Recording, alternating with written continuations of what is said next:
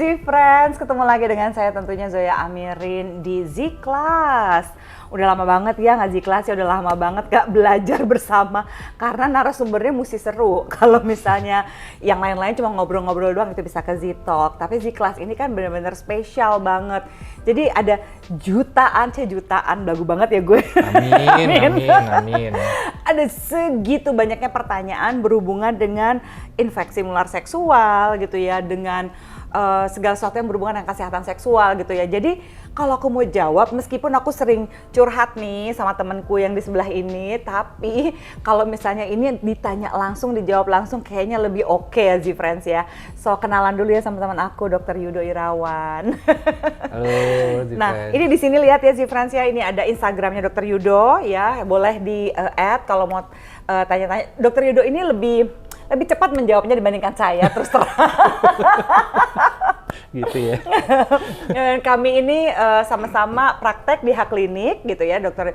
Yudo. Kami sering saling berkonsultasi berhubungan dengan kondisi pasien dan kondisi klien gitu ya, karena ya kita berseberangan ya sih pasti ya gitu. Kita kayak misalnya ada yang punya masalah dengan sexual health-nya gitu ya, dengan kulit kelamin gitu ya, nanti bisa di-refer ke saya. Saya juga sering banget refer ke Dr. Yudo, kayak periksa dulu ini itu, jangan sampai kenapa-napa dan sebagainya.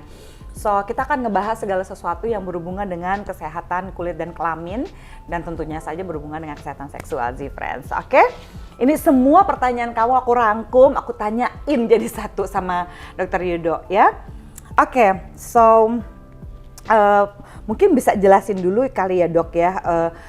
Kenapa kalau itu nggak ada dokter kelamin sendiri sama dokter kulit? Terus apa bedanya sama dokter kulit kecantikan dan sebagainya gitu tuh? What's the difference, Dok?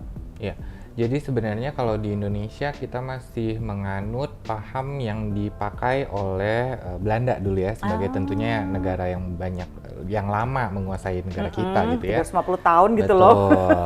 Kalau di Amerika itu adanya cuman dermatologis.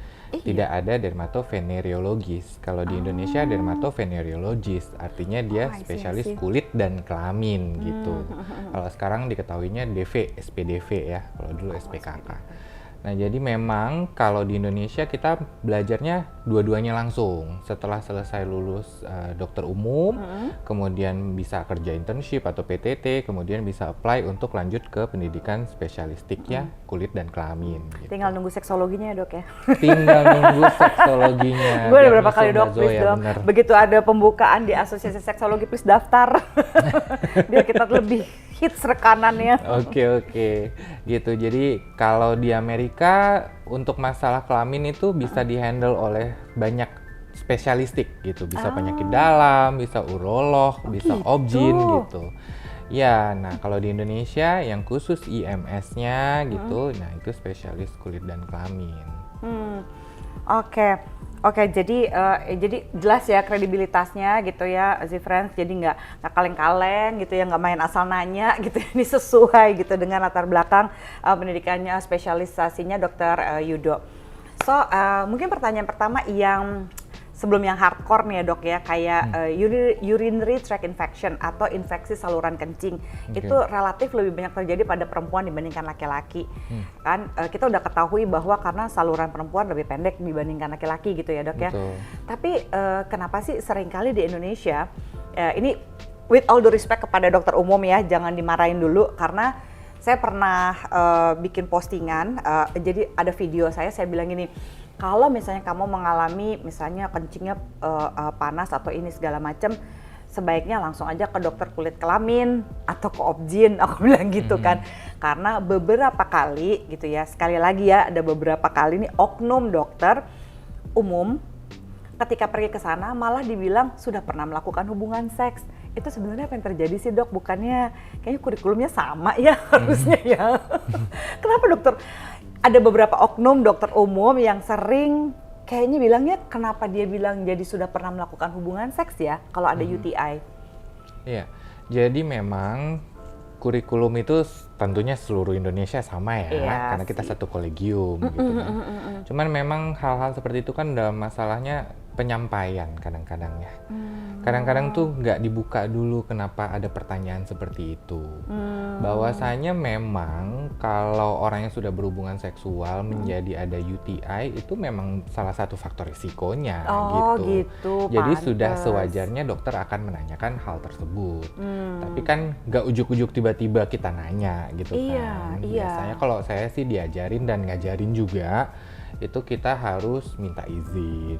Maaf sekali di awal karena yang akan kita tanyakan adalah hal-hal yang bersifat sensitif. Tapi bukan berarti karena kita kepo. Iya kan? Iya karena kan mau gimana juga kan namanya juga ya kita kan pasien lah ya gitu ya, most likely nggak ngerti, apalagi yang sering punya keluhan kayak gini adalah pasien-pasien yang masih kecil gitu ya, misalnya kayak anak saya waktu itu dia masih SMA gitu ya, SMP, kena UTI, biasa lah anak-anak kan udah heboh olahraga begini-begitu, keringetan sampai heboh, minum airnya sedikit karena excited, biasa lah gitu anak muda. Terus dia gitu kena UTI, terus dia gitu nggak mau pipis di tempat yang jorok sedikit kan. Jadi nahan gitu ya. Dibawalah sama orang tuanya ke dokter, dibilang udah hubungan seksual.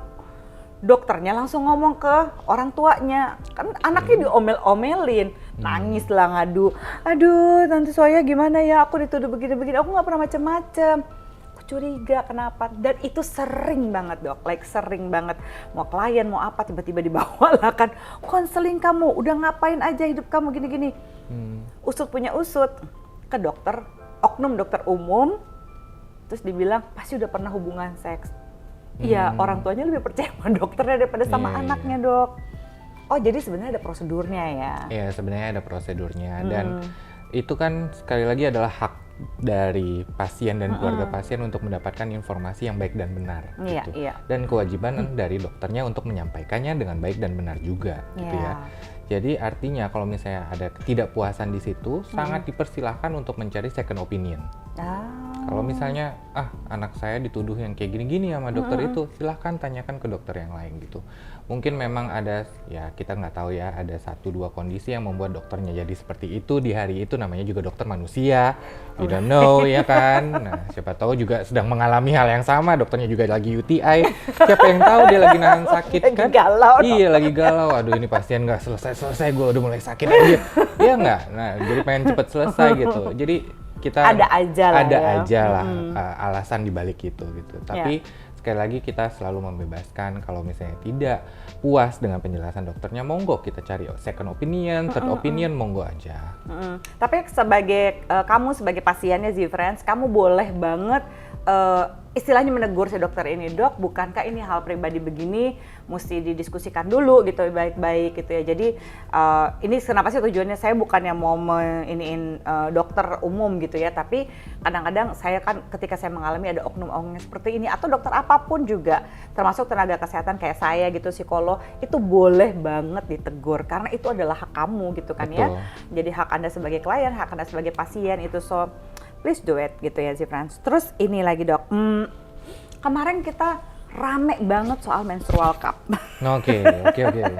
Iya kan, jadi itu waktu hari Sabtu itu kita sempat ngobrol-ngobrol yang di ruangan itu loh dok, terus kita gini ya, ini menstrual cup sampai segini amat sih gitu ya. Jadi ada banyak orang yang merasa kalau menstrual cup itu bisa merobek keperawanan. Gitu, jadi nggak mau diperawanin sama menstrual cup gitu ya. Padahal satu, menstrual cup itu ramah lingkungan gitu ya. Dan kedua sebenarnya nggak kenapa-napa, tapi ada beberapa orang yang nakut-nakutin kalau menurut aku ya, dengan bilang bahwa ini bisa merobek selaput darah kalau salah pakai sampai gimana-gimana. Emang salah pakainya kayak gimana? Dan sebenarnya dari segi kedokteran sendiri ini gimana sih soal keperawanan himen dan menstrual cup dok? Ya, jadi memang soal keperawanan ya itu sekali lagi ada gemes banget. Itu adalah sesuatu paham yang dikonstruksi secara sosial. Ya kan? Artinya ini tidak ada masalah medis ya Z-Friends ya. Ini benar-benar adalah small tissue with big issues ya. Betul. Literally. Betul. Jadi don't make it a big problem seharusnya, ya nggak? Karena gini, kalau di medis kita mau cari di kamus kedokteran manapun, medically nggak ada kata perawan definisinya adalah ini, nggak ada. gitu. Even kalau misalnya ada dokter forensik ya melakukan visum et repertum gitu, nggak dinyatakan ini korban atau penyintas ini masih perawan atau tidak. Paling yang dinyatakan kan adalah robekan selaput darah, perlukaan seperti itu. Tapi nggak ada tuh yang namanya masih perawan positif, enggak. Iya kan? Gitu. Dan nggak boleh juga dokter bikin surat seperti itu sebenarnya. Betul. Jadi memang itu adalah suatu paham yang dikonstruksi secara sosial dan budaya. Ya. Nah, jadi itu juga ada paham patriarkismenya juga kan. Definitely. Itu iya, karena dibuatlah seakan-akan kehormatan seorang perempuan diletakkan di selaput darahnya. Kayak segel air mineral nggak sih, kita perempuan sedih banget. Segelnya rusak, kamu sudah tidak berharga gitu kan, sedih banget ya dok ya. Sedangkan si perempuan nggak bisa tahu laki-lakinya masih perjaka atau enggak. Tapi katanya nanti akan ada sebuah alat yang bisa mendeteksi apakah laki-laki itu masih perjaka apa enggak, dilihat apakah ada cairan vagina yang menempel di kelaminnya dia katanya, for some reason, I don't know. Apa bisa sampai segitu amat satu hari nanti dok? Ya kalau misalnya, ya agak lucu juga ya kalau misalnya dia nggak pernah mandi apa juga kali. masalahnya, iya kan? Dia berhubungan seks, pasti kan ya ada lah cairan vagina pasti yang menempel di sana gitu ya. Tapi ya berapa lama juga nempelnya untuk membuktikan. Ketika dia mandi, dia bersihkan, artinya ya bersih dong. Kalau misalnya ketemu berarti dia nggak bersih dong orangnya. Exactly. Ya kalau orang kayak gitu ngapain dipertahankan? Gak usah nunggu dia perjaka atau nggak perjaka sih. Iya, gitu. Nah, tapi sekali lagi jangan sampai iniin konstruk sosial gitu ya. Jadi sebenarnya gini sih friends, yang paling penting adalah gini, yang namanya keperawanan dan keperjakaan adalah tidak melakukan penetrasi. Penetrasi bukan hanya penis ke dalam vagina, tapi juga tidak melakukan kontak seksual, anal seks, oral seks gitu ya. Jadi jangan aku mempertahankan keperawanan dan keperjakaan dari penisku dan vaginaku, tapi tidak di mulut, di tangan, di belakang, di belakang gitu. Semuanya ada. Ya nggak gitu juga sih friends, please ya. Gitu. Jadi menstrual cup itu apakah beneran dok bisa benar-benar merobek himen? Emang sebrutal itu kah? Nah, jadi memang himen atau selaput darah seorang perempuan itu bermacam-macam bentuknya. Dari segi anatomis, dari segi bentuknya dia ada macam-macam. Elastisitasnya juga macam-macam. Right. Gitu. Jadi nggak gampang jatuh robek, nggak begitu ya? Nggak segampang itu. Sama gitu. sekali. Bisa jadi misalnya nih ini salah satu bentuk himen. Ya bentuk himen itu bolong-bolong gitu. Kenapa bolong-bolong? Karena kalau nggak darah menstruasi itu nggak bisa keluar gitu, dan mesti inkusisi ya dok, kalau sampai ketutup, ya dibolongin lah ya, dibolongin gitu kan istilahnya supaya darahnya bisa keluar gitu. Dan itu bahan menstrual cup itu lembut sekali gitu ya, bisa dicuci gitu ya, terus gitu juga lebih sustainable karena ramah lingkungan dan sebagainya. So you don't have to be worried sih sebenarnya sih friends gitu. Jadi pakailah kalau misalnya itu memang membuat kamu nyaman, kayak ada tampon, ada apa, itu kan juga memang dimasukin ke dalam gitu ya, tapi nggak semerta-merta membuat kamu tidak perawan ya, karena oh my god beneran ya itu bolong-bolong gitu ya, so you don't have to be worried. Bahkan ada yang sampai berdarah ya, selaput darahnya gara-gara dilakukan pemaksaan padahal dia sudah pernah melahirkan normal dok. Ya kan, segitu inteknya ya tadi katanya dokter Yudo, segitu elastisnya, udah pernah melahirkan normal, dipaksa hubungan seks sama suaminya pada satu malam yang sangat tidak indah gitu, malam yang sunyi, malam yang sunyi, sepi itu, berdarah dia gitu kan. Terus orang begini, kok kayak perawan sih berdarah, like itu namanya pemaksaan ya. Selaput darahnya ya jadi robek lagi dan sebagainya. So soal menstrual cup gitu ya, lihat aja kenyamanannya, tapi please jangan mendiskriminasi setiap orang yang mau menggunakan menstrual cup gitu. So it's not okay ya gitu kan.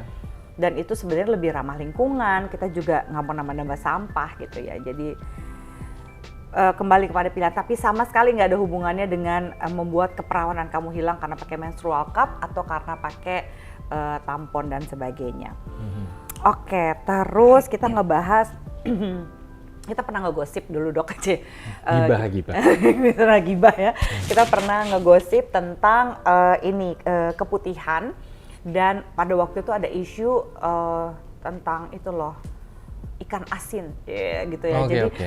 seorang ada seleb gitu pada suatu wawancara menyebutkan bahwa mantan istrinya tuh bau ikan asin lah vaginanya gitu ya. It's like wow gitu. Sebenarnya yang namanya keputihan yang normal dan tidak normal tuh yang kayak apa sih, Dok? Oke, jadi keputihan yang normal itu dari segi banyaknya, dia itu tidak terlalu banyak. Kemudian keluarnya biasanya sebelum atau sesudah menstruasi, Of ya. course. Kemudian juga dari segi baunya, nggak ada yang sampai bau ikan asin gitu-gitu sih, Nggak menyengat. Ya, bau anyir kayak keputihan atau darah mens biasalah gitu. Kemudian dari segi warna, biasanya dia kan akan bening kalau yang normal ya. Betul. Gitu. Jadi kalau sudah mulai ada warna putih susu atau kekuningan, kehijauan tuh udah tanda-tanda nggak normal gitu. Kemudian bisa juga kadang disertai gatal, misalnya di sekitar kelamin atau kemaluannya. Itu juga tanda-tanda keputihan tersebut tidak normal. Oh, oke. Jadi kalau misalnya baunya memang sampai sepekat itu, kayak misalnya gitu ya, Anda punya pasangan dan pasangan Anda, kok bau banget sih gitu. Sekarang gini, pasti ada baunya tapi tidak menyengat gitu. Nggak mungkin lah vagina nggak berbau, ya kan? Iya, betul. Tapi tidak menyengat. Tapi kalau sampai menyengat, ya jangan dicela, jangan dihina juga pasangan Anda, diajak untuk berobat, ya kan? Gitu. Jadi bisa berobat ke dokter Yudo gitu ya, kulit kelamin, atau bisa ke Objin ya, Dok ya? Bisa ke gitu ya. Objin, bisa ke SPKK. Bisa ke SPKK gitu, dan itu penting sekali gitu ya untuk untuk cepat mencari pertolongan, bukan dihina, bukan di-shaming gitu ya. Itu nggak nolong sama sekali deh.